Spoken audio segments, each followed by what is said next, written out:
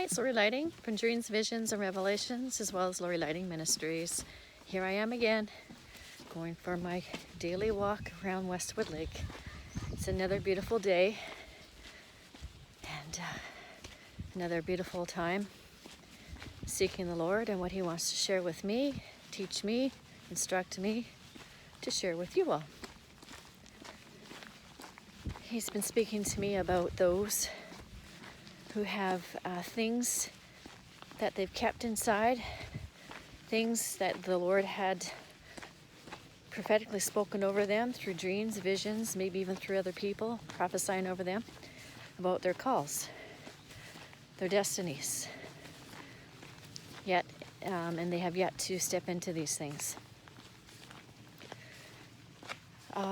Speaking to me about those who have been discouraged, people that have told them that they were foolish, nonsense, weren't hearing from the Lord about these things. And even their own family and friends, the church body, not believing what the Lord has told them. And the Lord had me think about Joseph and how his own siblings and his father had, and mother had thought he was talking nonsense and that they would bow down and worship him. Who did he think he was? But the Lord gave Joseph this dream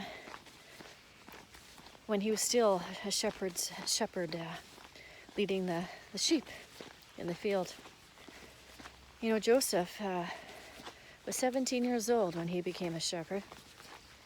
And I believe his dream was around that time as well. And his siblings were very jealous, became very jealous of him.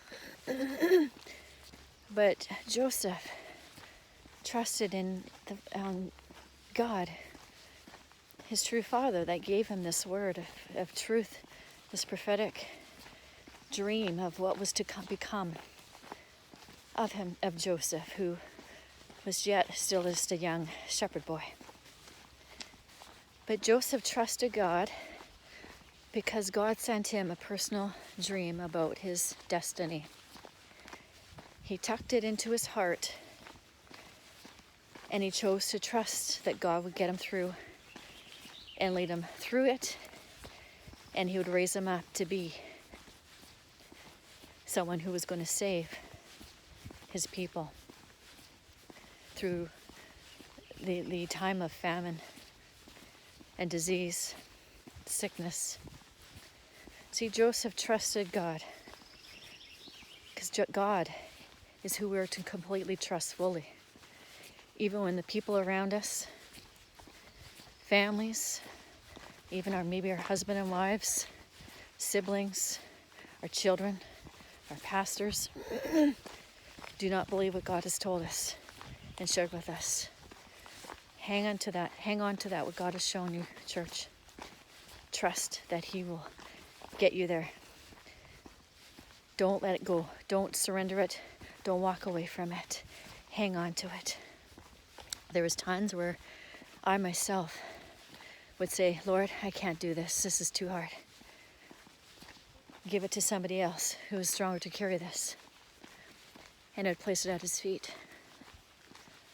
But He would put it back on me. He said, no, I'm giving this to you. You need to carry this out. And you will if you trust in me. Do not trust in man, but on me. Trust only in me. You see, I've trusted man all of my life. I trusted in what they said, what they believed in, everything they said about me, I took to heart.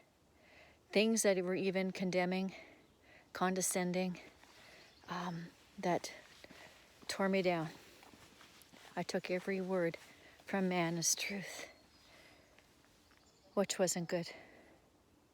And now I'm trusting in my Father, my true God, the Holy One, who is right before me, who is behind me, above me and behind me. He is the one that I choose to listen to fully. He will never change. He tells only truth. He gave me a vision many years ago. He has speaking to me about things to come that I will be doing, my destiny, the calling on my life. I'm walking into it, and I trust that He will get me to where He needs me to go, and I will fulfill my destiny and call